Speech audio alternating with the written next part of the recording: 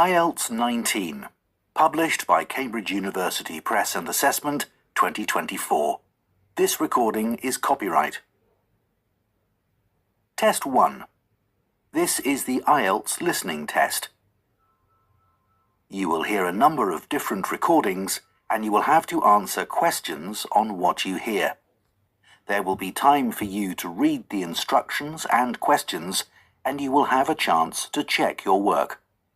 All the recordings will be played once only. The test is in 4 parts. At the end of the test, you will be given 10 minutes to transfer your answers to an answer sheet. Now turn to Part 1.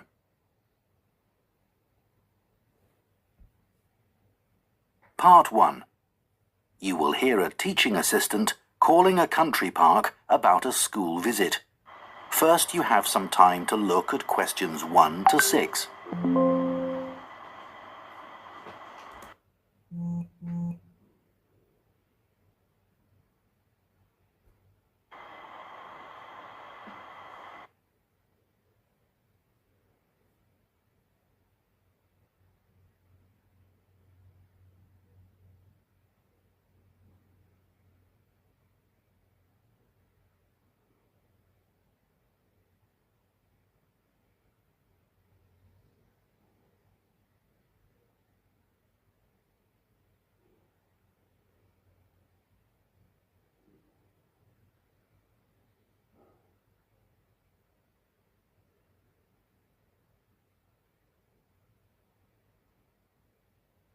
Two of our classes. OK. What would you like to know? Well, I'm new to this area, so perhaps you could tell me something about the park first, please. Of course. Altogether, the park covers 170 acres. That's 69 hectares. There are 3 main types of habitat: wetland, grassland and woodland. The woods are well established and varied, with an oak plantation and other areas of mixed species. Right. The wetland is quite varied too. The original farmland was dug up around 40 years ago to extract gravel. Once this work was completed, the gravel pits filled with water, forming the 2 large lakes. There are also several smaller ones, ponds, and a stream that flows through the park. OK, so I suppose with these different habitats, there's quite a variety of wildlife. There certainly is. A lot of different species of birds and insects, and also animals like deer and rabbits.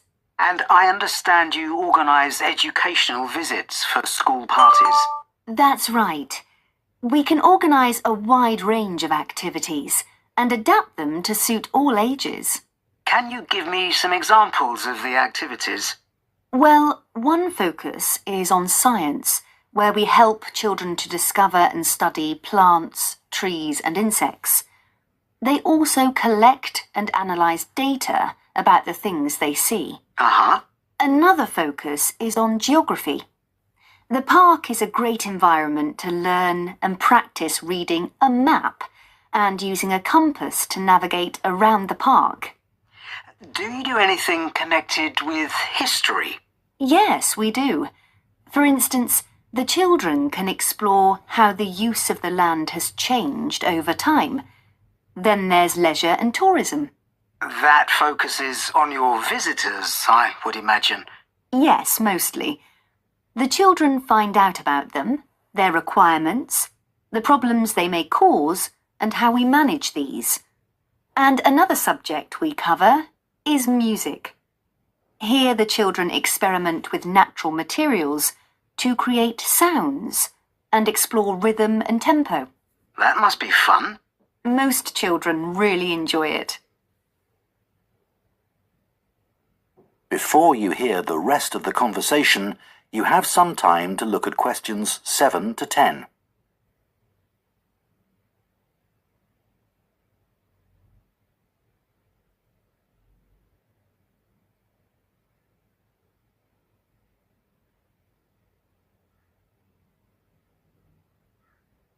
Now listen and answer questions 7 to 10. And of course, all the activities are educational too.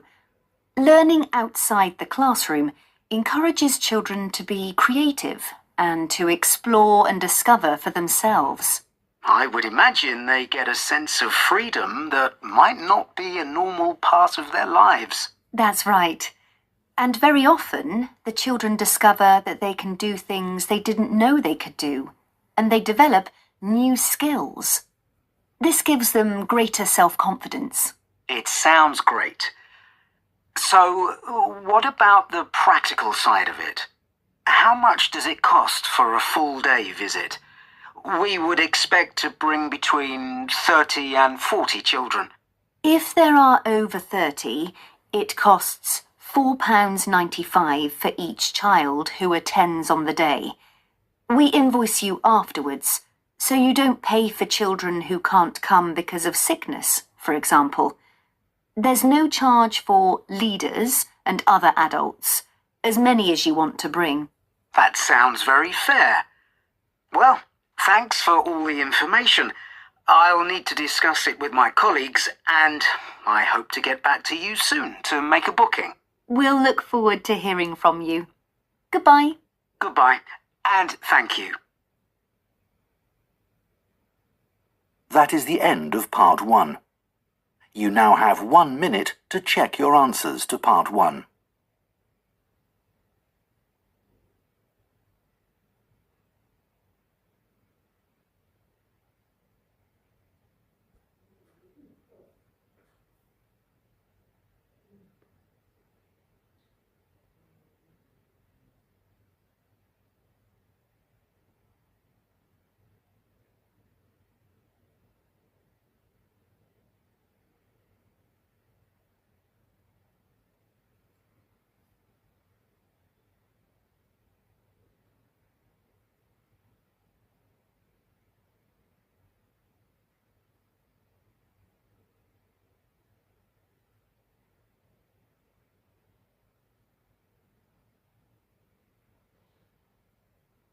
Part 2. You will hear the chairman of Stanthorpe Twinning Association, which organises the link between Stanthorpe in England and a town in France, talking to members about the year's events. First, you have some time to look at questions 11 to 15.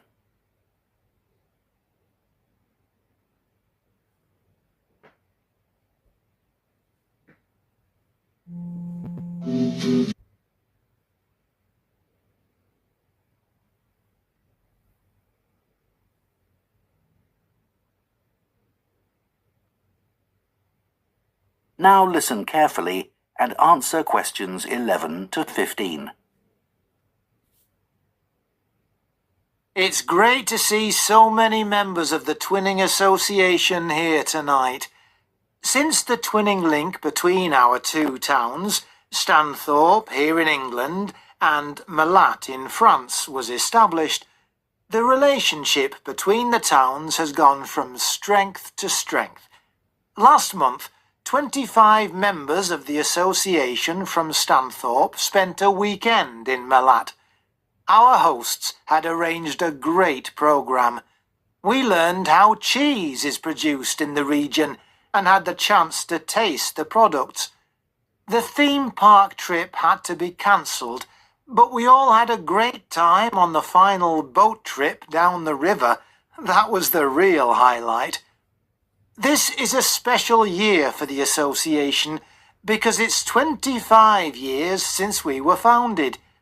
In Malat, they're planning to mark this by building a footbridge in the municipal park. We've been discussing what to do here, and we've decided to plant a poplar tree in the museum gardens. We considered buying a garden seat to put there, but the authorities weren't happy with that idea. In terms of fundraising to support our activities, we've done very well. Our pancake evening was well attended and made record profits. And everyone enjoyed the demonstration of French cookery, which was nearly as successful. Numbers for our film show were limited because of the venue, so we're looking for somewhere bigger next year. We're looking forward to welcoming our French visitors here next week, and I know that many of you here will be hosting individuals or families. The coach from France will arrive at 5 p.m. on Friday. Don't try to do too much that first evening, as they'll be tired, so have dinner in the house or garden rather than eating out. The weather looks as if it'll be okay, so you might like to plan a barbecue. Then, the next morning's market day in town, and that's always a good place to stroll round. On Saturday evening, we'll all meet up at the football club, where once again we'll have Toby Sharp and his band performing English and Scottish country songs. Toby will already be well known to many of you, as last year he organised our special quiz night and presented the prizes. Before you hear the rest of the talk, you have some time to look at questions 16 to 20.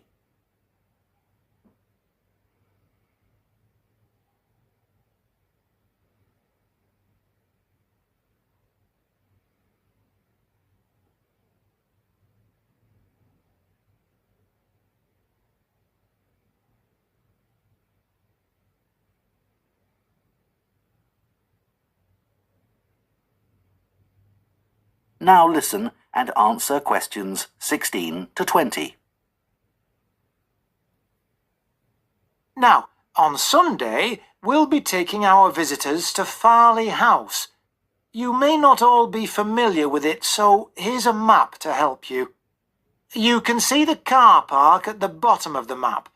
There's an excellent farm shop in the grounds where our visitors can buy local produce.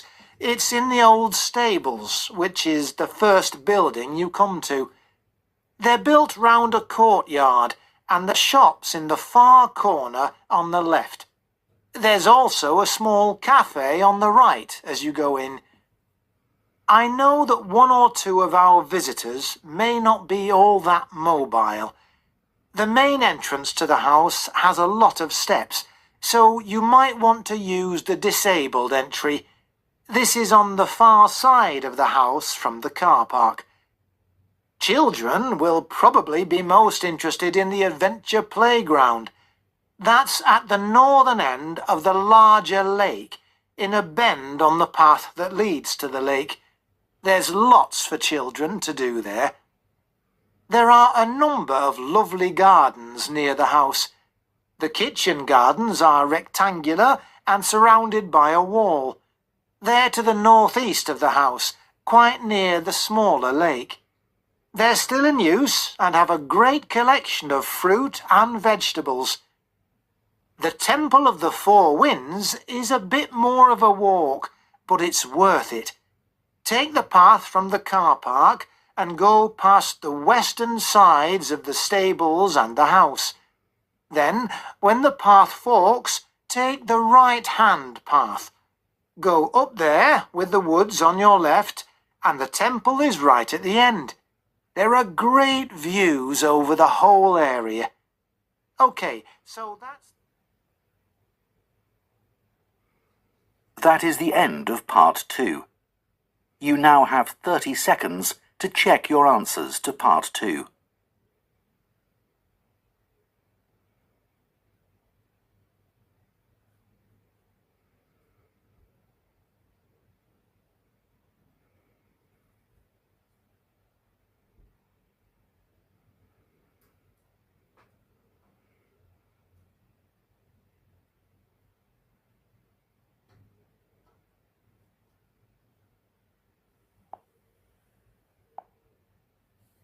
Part 3. You will hear 2 food science students called Marie and Colin discussing their final year projects. First, you have some time to look at questions 21 to 24.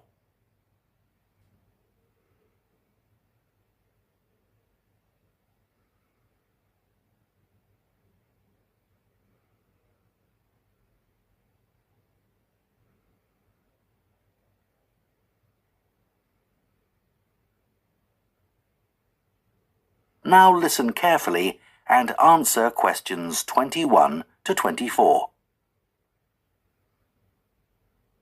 I haven't seen you for a bit, Marie. No, I've been busy with my project. You're making a vegan alternative to eggs, aren't you? Something that doesn't use animal products. Yes, I'm using chickpeas. I had two main aims when I first started looking for an alternative to eggs, but actually I found chickpeas have got more advantages. Right. But how about your project on reusing waste food? You were looking at bread, weren't you? Yes, it's been hard work, but I've enjoyed it. The basic process was quite straightforward, breaking the stale bread down to a paste, then reforming it.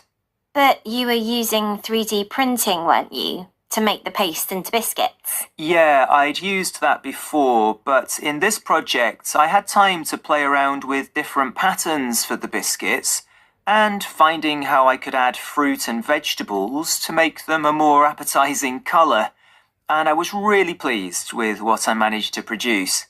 It must have been a great feeling to make something appetizing out of bits of old bread that would have been thrown away otherwise. It was. And I'm hoping that some of the restaurants in town will be interested in the biscuits. I'm going to send them some samples. I came across something on the internet yesterday that might interest you. It was a company that's developed touch-sensitive sensors for food labels. It's a special sort of label on the food package. When the label's smooth, the food is fresh. And then when you can feel bumps on the label, that means the food's gone bad. It started off as a project to help visually impaired people know whether food was fit to eat or not. Interesting. So, just solid food? No, things like milk and juice as well. But actually, I thought it might be really good for drug storage in hospitals and pharmacies. Right. And coming back to food, maybe it'd be possible to use it for other things besides freshness, like how many kilograms a joint of meat is, for example. Yes, there's all sorts of possibilities. Before you hear the rest of the discussion, you have some time to look at questions 25 to 30.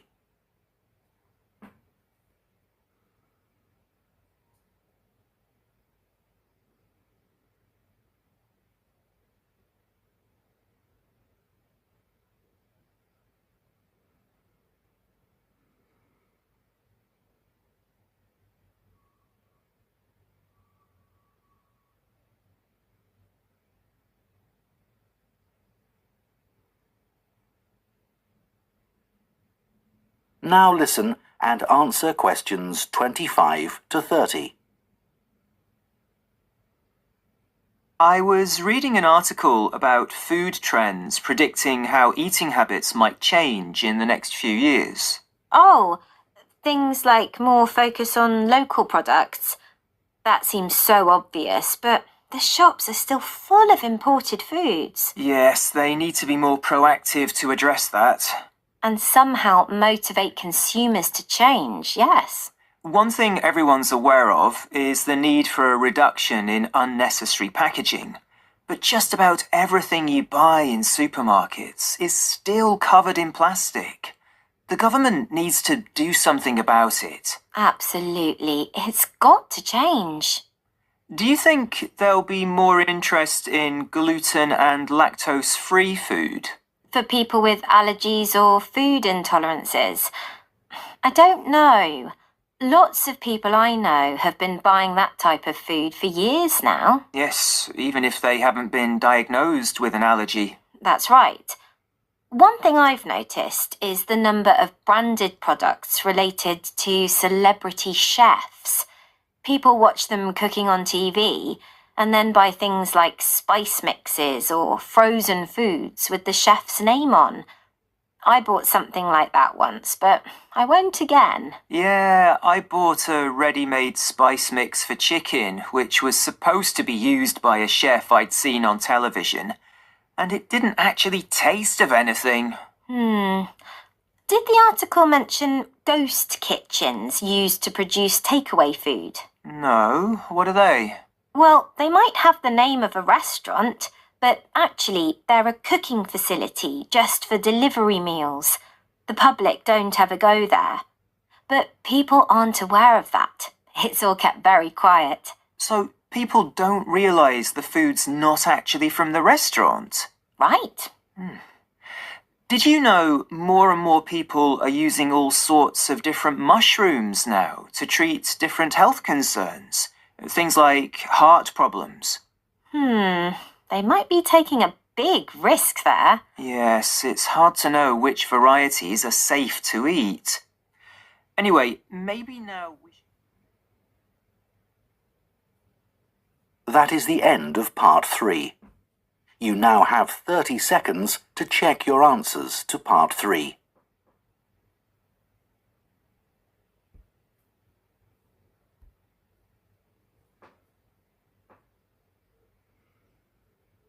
Part 4. You will hear an archaeology student giving a presentation on an important site in Ireland called the Cagey Fields. First, you have some time to look at questions 31 to 40.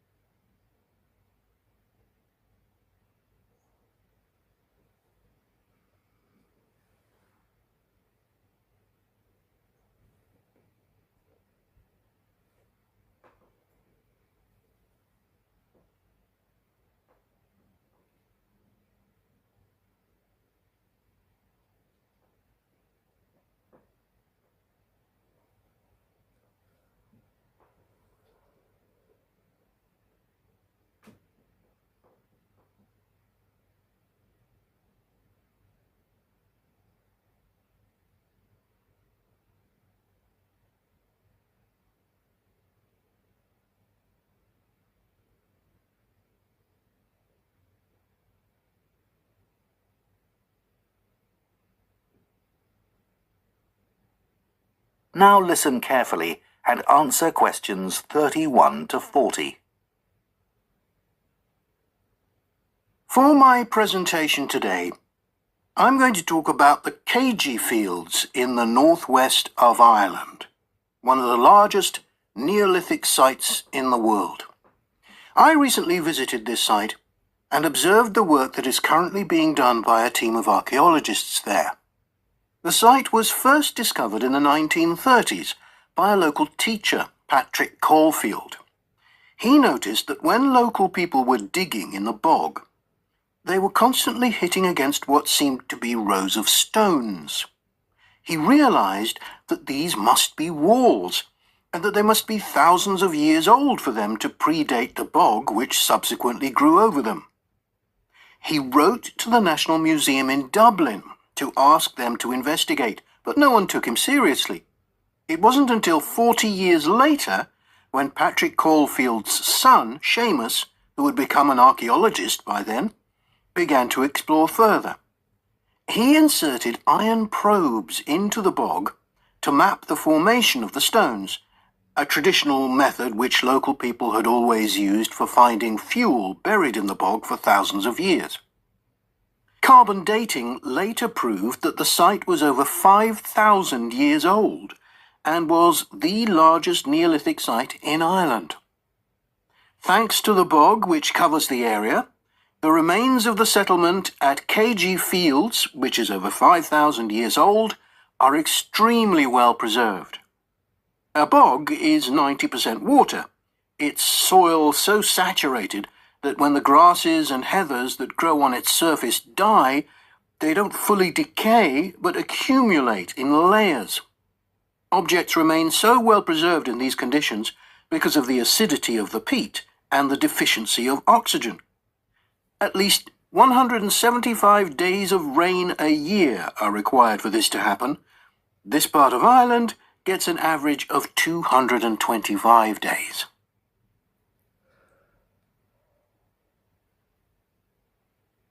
The Neolithic farmers at Cagey would have enjoyed several centuries of relative peace and stability.